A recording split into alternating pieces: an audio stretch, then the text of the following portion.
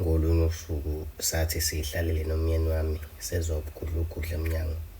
Savuka lapho sinqunu adonsa igawuni yakhe aphume nami ngidonse yami ngimlandele. Hhayi bo, uma ngithi ngiyabuka amadoda amathathu asifihlile ebusweni. Asemkhombe ngesibhamu, asemlalise phansi. Nami mangikhahlele bethi angilale phansi. Oyedwa wabo bavula amakamero bahudula izingane bezishaya nazo zalala phansi.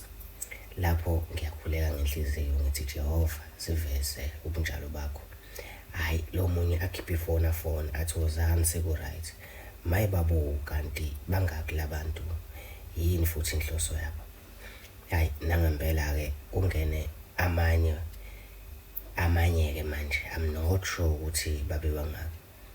Beqale bethathe ibag ye-laptop phezu kwetafula beze nge-TV. Kahle kahle balayisha nje yonke into. Okungixakayo babekhuluma bonke but lo munye wayengakhulumi.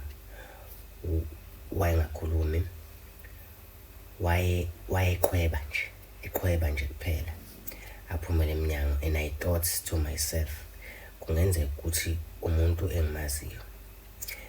Basuke lapho bethi enganeni ayikhombe la kuhlala khona ukhiye wemoto. Ingane-ke ikhombe-ke bese bebuza ukuthi inayo yini i-tracker. Ngithi cha ayisenayo. Balayisha evenini ngayizwa iphuma ihamba. Base bebuza ukhiye wemoto yami. Bakhonjiswa kwase kuthiwa ngoba le iseyintsha vele ine-tracker, so kumele bethathe nami ukuze mabefona ngiphendule ukuthi ihamba mina. Okay, so athi umyeni wami ucela bethathe yena cause kwa-next year yakhe naye uyavela ukuthi he is user of the car. Lo othule aqhwebe omunye bephumela emnyango. Hhayi-ke lapho-ke bamhudulele behambe naye-ke bemfaka emotweni. Ngenhlanhla-ke mina I have two phones. Bathathe eyodwa bengazi ukuthi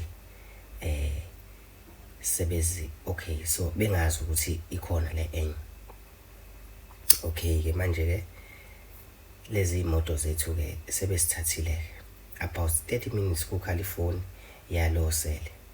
Aphume aqhashe athi singavuki uyasibuka lapho uboy wayena 2 years engasakhali kanje engifuna la. Okay, bamlalise ngengane naye phansi. Ngezwa kukhala ithayi lemoto. I assumed ukuthi sebehambe bonke. Savuka-ke siyamemeza pho emakhaya-ke imizi iqhelelene. Kunzima. Ingqondo kwakungathi ihambile but ngaba nesibindi sekufana. Hhayi-ke umakhelwane efike-ke ethatha ifoni yami efonela amaphoyisa. Amaphoyisa niyawazi-ke yena nokuthi athathe isikhathi ukuze efike. Hhayi-ke afika sekudlule konke. Nami-ke ngifonela abaka-tracker-ke. Bathi abaka-tracker imoto bayigcina ihamba imtubatuba. Okusho ukuthi they disconnected i-tracker. Eyi Nkosi yami ngiyazisa ngomyeni wami. Uyabo. Hey, kwakunzima. Angikaze ngilala ngikaze ngibuza ubuqotho ubuthongo kwaze kwasa. Ngingalele ngicabanga konke okubi ngase kwehlele kumyeni wami. Lapho lutho umkhondo kuwuthola ngoba ngase ngikhalela umphefumulo wakhe. Kwaphela 2 weeks engekho nomkhondo ungatholakala. So kwaphuma emaphepheni nasezindabeni sengikhiphe nomnikelo kodwa lutho. Lapho abasemzini bafika bathi yimi namadoda ami esemthathile samthumba. Mina ngikhala izinyembezi zengwenya kusho bona. Owayebafaka lowo moya ubhuti kamyeni wami ohlala eHlohluwe wayengakaze vele angithanda cause apparently selokhu kwafika mina nje ngidla imali kamfowabo. Bona nje abasatholi lutho.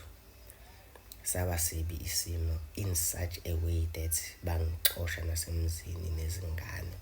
Ngabuyela ekhaya lutho umkhondo womyeni wami.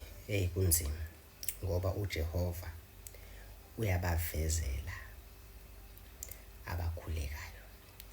I was a suspect ngehla ngenyuka enkantolo sebengifake icala abasemzini. Kahle kahle lo bhuti omdala lapho nezimali azisekho ngikhokhela abammeli ngeyami ebenginayo since amakhadi and-ID yomyeni wami abakuthathanga.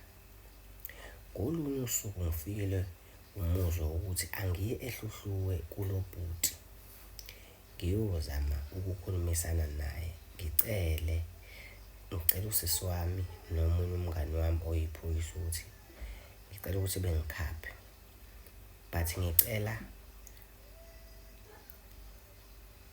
like lo oyiphoyisa ngicela ukuthi engagqoki uniform. Hhayi ke sifike-ke engekho lo bhuti kukhona umkakhe. Yazi ngihlezi nje akusahlezi mina ngiyasaba uvalo aluthe. Okay, umkakhe-ke asenzele ijusi namakhekhe amabhaskithi. Okay, sisazincokolela nje ngithuswe ifoni yami kungene WhatsApp kungene Facebook message. Hayi bo, ngizibuza ukuthi kanjani because anginalo idatha. Hawu, angikholwanga ukubona ukuthi ifoni yami iya-connecta to router eyantshontshwa kade kuthathwa izinto. Vele ayivalwanga since okukade kungekho. Okay, so kwakade kungekho happy. So mina-ke ngaba ne-luck ukuthi i-Wi-Fi yayo i-on, ilinkiwe vele. Ngithuke bathi ngingakhombisi. Ebese ngizibuzisa kumakoti kabhuti ukuthi asikho isitolo esiseduze ngifuna ukuthenga idatha kune-email okumele ngiyisende urgently. Avele ethi hayi bo, wabola ikhaya une-router just connect kuyo. Yazi wayiletha kwathi angizichamele ukubona ukuthi it's my hubby router engani. Ngolunye usuku kuhambe ugesi uboy wayishisa ngekhandlela eceleni akusuki. Okay, so amagama abantu-ke ngeke ngikwazi ukwambiza. Okay, and then kwathi kusenjalo-ke angazi isibindi ngasithathaphi but ngavele ngathula nje. I sent umngane imessage ukuthi akabike ukuthi uyafunakala ngokushesha emsebenzini ukuze siphume siphele. Nangempela saphuma, masifika emotweni ngabatshela ukuthi kwenzakalani. Umngane wathi asiphume siphele khona so phaka kwenye indawo. Okay, so sase senze i-call-ke sifonela amaphoyisa-ke akuleyo ndawo sawachazela istory. Aseke ethi azopatrola ngakhona mayibuya nje bamfaka uzankosi nebala-ke sihambe-ke namaphoyisa-ke abaseshi-ke becele-ke ukusishiya e-police station. We are not allowed ukuba khona because it's dangerous. Nangempela-ke sisaleka about 2 hours babuye naye. Kwakungelula. Ephika MTN confirmed ukuthi that, so wagcina evumileke-ke manje. Sekubuzakala ukuthi umyeni wami uphi vele. Ngase ngilindele noma yini.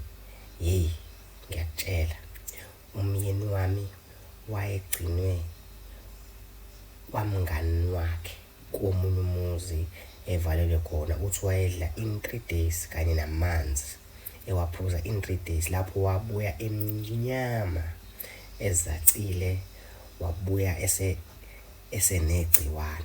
Uthi wayesephenduke isigqila socansi kwamanye amadoda eshintshana ngaye kungekho nokubaleka ngoba kwakuthiwa kulendlu kwakukhiwa kulendlu.